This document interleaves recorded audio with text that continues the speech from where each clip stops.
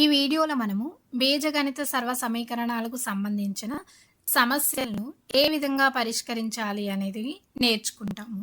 Problems on cubic and trinomial identities. ఇప్పుడు ఒక ఉదాహరణ ఉంది చూడండి. 2p - 5c హోల్ క్యూబ్, దీని యొక్క ఘనాన్ని విస్తరించండి అంటున్నారు. అయితే మనం ముందు వీడియోలో బీజగణిత సర్వ సమీకరణాల గురించి అయితే నేర్చుకున్నాము. వాటి నుంచి దీన్ని మనం ఏ రూపంలో రాసుకోవచ్చు? ఇది a - b హోల్ క్యూబ్ రూపంలో ఉంది. మరి దీని యొక్క విస్తరణ ఏమవుతుంది? a cube minus 3a² b plus 3ab² minus b cube అనేది అవుతుంది. ఇక్కడ మనకు ఏం కావాలి? 2p - 5c హోల్ క్యూబ్ కావాలి. అంటే ఇక్కడ a ఏమవుతుంది? a అనేది 2p అయింది, b అనేది 5c అయింది.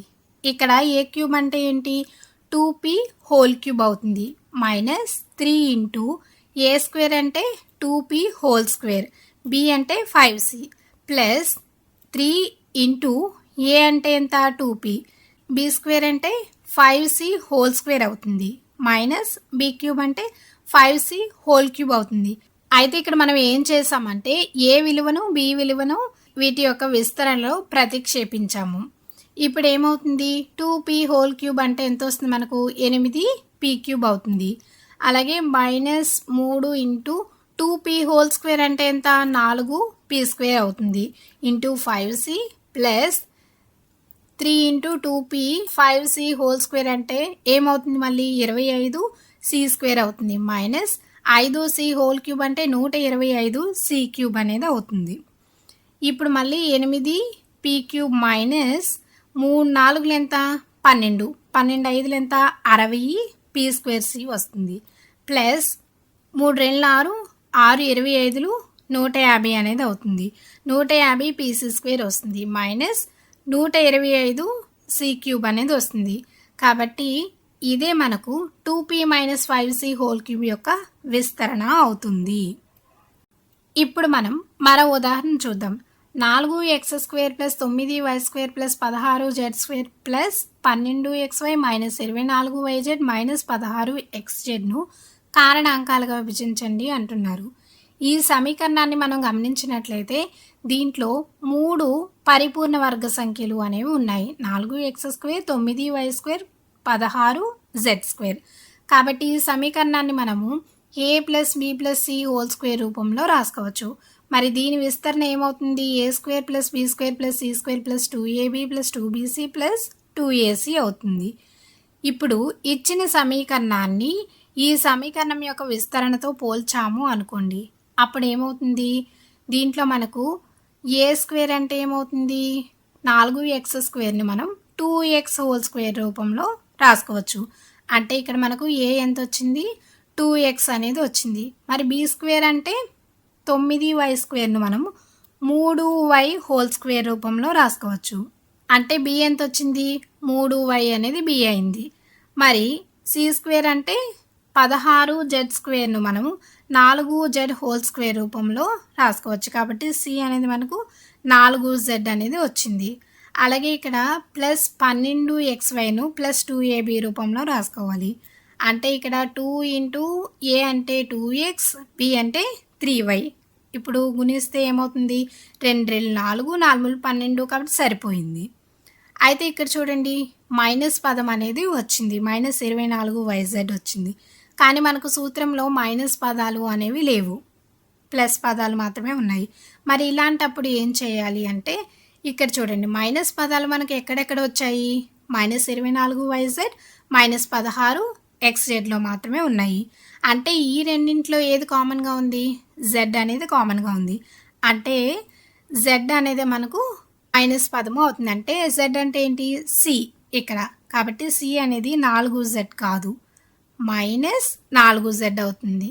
కాబట్టి ఇక్కడ 16z² c² ఉంది కదా, ఇది ఏమవుతుంది? మైనస్ 4z హోల్ స్క్వేర్ అవుతుంది. ఇప్పుడు దీన్ని ఏ విధంగా రాసుకోవచ్చు? 2 ఇంటూ bc కాబట్టి b అంటే 3y, c అంటే మైనస్ 4z అవుతుంది. అలాగే ప్లస్ 2ac, 2 ఇంటూ a అంటే 2x, c అంటే మైనస్ 4z అవుతుంది. కాబట్టి దీన్ని మనం ఏ విధంగా రాసుకోవచ్చు? A plus B plus C whole square రూపంలో రాసుకోవచ్చు.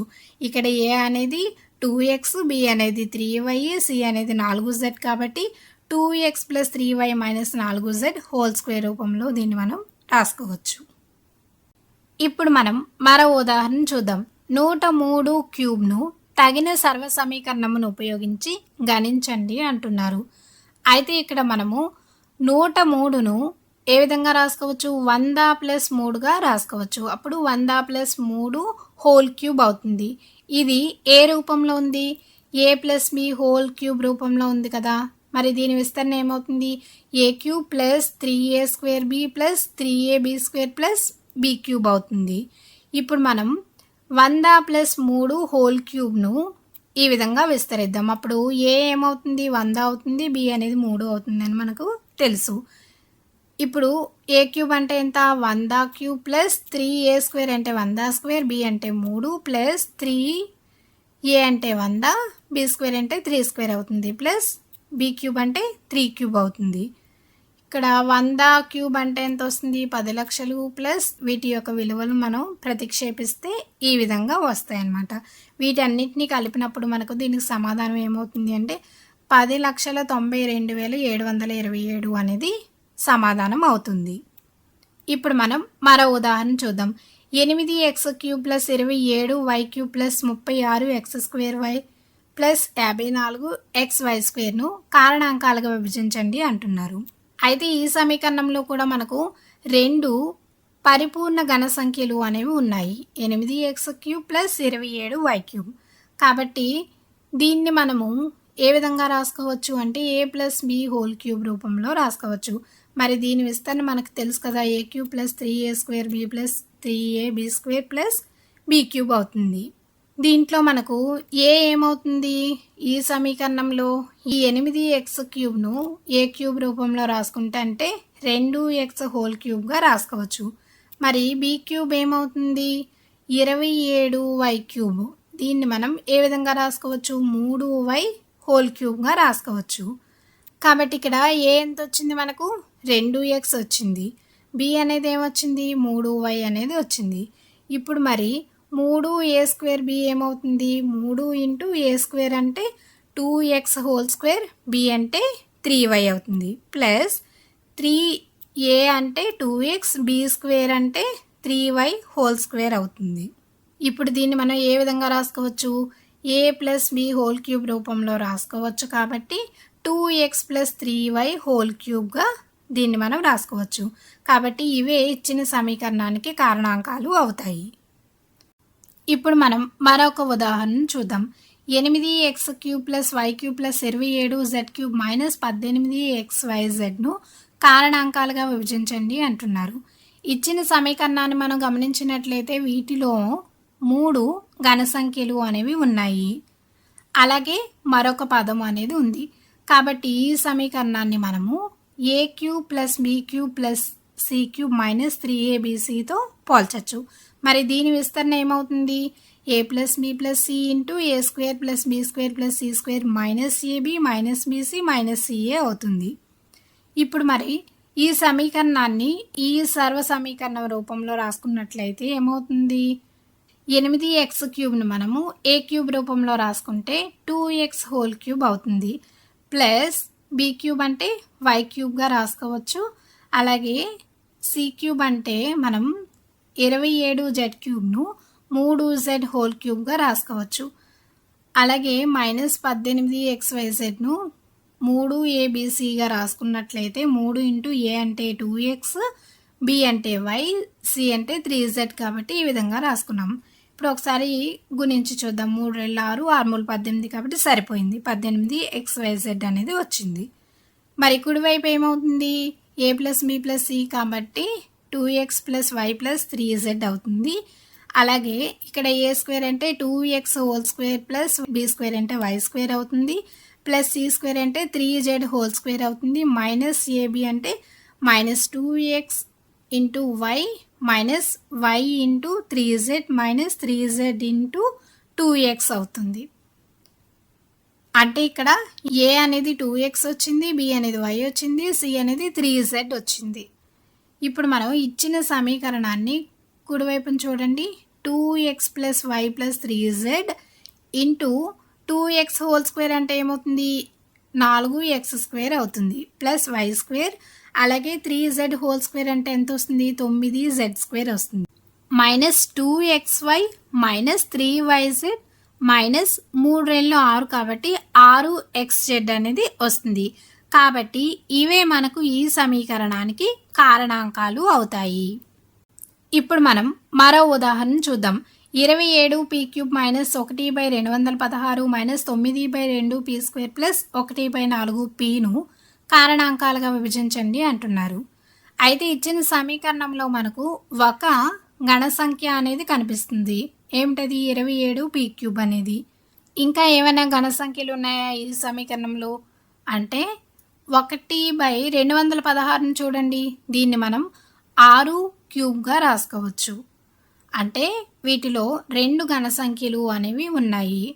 కాబట్టి ఇది మనకు ఏ విస్తరణ అవుతుంది అంటే a-b³ రూపంలో ఉంది అని చెప్పచ్చు. మరి a-b³ యొక్క విస్తరణ ఏమవుతుంది, a³ minus 3a² b plus 3ab² minus b³ అవుతుందని మనకు తెలుసు. దీంట్లో ఏ ఏమవుతుంది మనకు ఇచ్చిన సమీకరణంలో 27p³ అంటే దీన్ని మనం 3p³ రాసుకోవచ్చు. అంటే ఏ ఎంత వచ్చింది మనకు, 3p అనేది వచ్చింది. మరి b³ ఇదేమవుతుంది అంటే 1/6³ అవుతుంది. అంటే b అనేది మనకు 1/6గా వచ్చింది. మరి ఇక్కడ ఉన్న 3a²b ఇదేమవుతుంది అనేది ఒకసారి ఇక్కడ చూద్దాం. 3 ఇంటూ a² అంటే 3p² అవుతుంది. b అంటే 1/6 అని మనకు తెలుసు. ఇక్కడ 3p² అంటే ఎంత వస్తుంది మనకు, 9p² అనేది వస్తుంది ఇంటూ 1/6 కాబట్టి 3 రెళ్ళు ఇక్కడ మనకు 6 అవుతుంది. అంటే ఎంత వచ్చింది మనకు, 9/2p² అనేది వచ్చింది. అంటే మైనస్ 3a²b అనేది సరిపోయింది. కాబట్టి -3 ఇంటూ 3p² b అంటే 1/6గా దీన్ని మనం రాసుకోవచ్చు.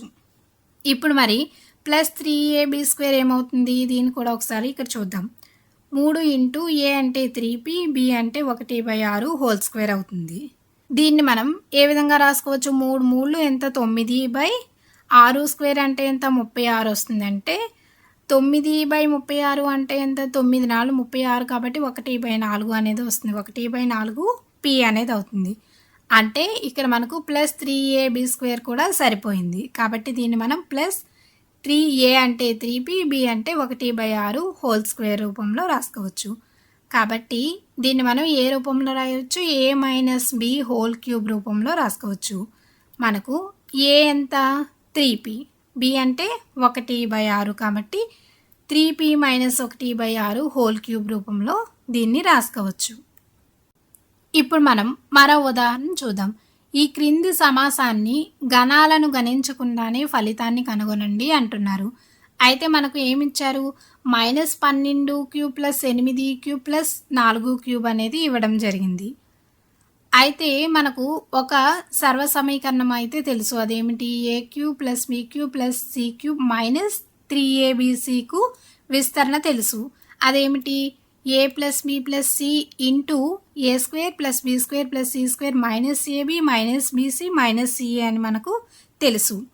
అయితే దీని నుంచి మనకు ఏం కావాలి, కేవలం a³ plus b³ plus c³ మాత్రమే కావాలి. కాబట్టి -3abcను మనం కుడివైపుకు పంపినట్లయితే ఏమవుతుంది, ప్లస్ 3abc అనేది అవుతుంది. ఇప్పుడు మనం దీంట్లో a ప్లస్ b ప్లస్ cను కనుక్కుందాం. a అంటే ఎంత, -12, b అంటే 8 అనుకుందాం, c అంటే 4 అనుకుందాం. అప్పుడు ఏమవుతుంది, -12 ప్లస్ 8 ప్లస్ 4, 8 ప్లస్ 4 అంటే ప్లస్ 12 అవుతుంది. -12 ప్లస్ 12 ఏమవుతుంది, 0 అవుతుంది. అంటే ఇక్కడ మనకు a plus b plus c అనేది ఎంత వచ్చింది, 0 వచ్చింది. కాబట్టి ఇచ్చిన సమీకరణంలో ఇక్కడ మనకు 0 ఇంటూ మనకు ఈ విస్తరణ అనేది వస్తుంది ప్లస్ 3abc అనేది అవుతుంది.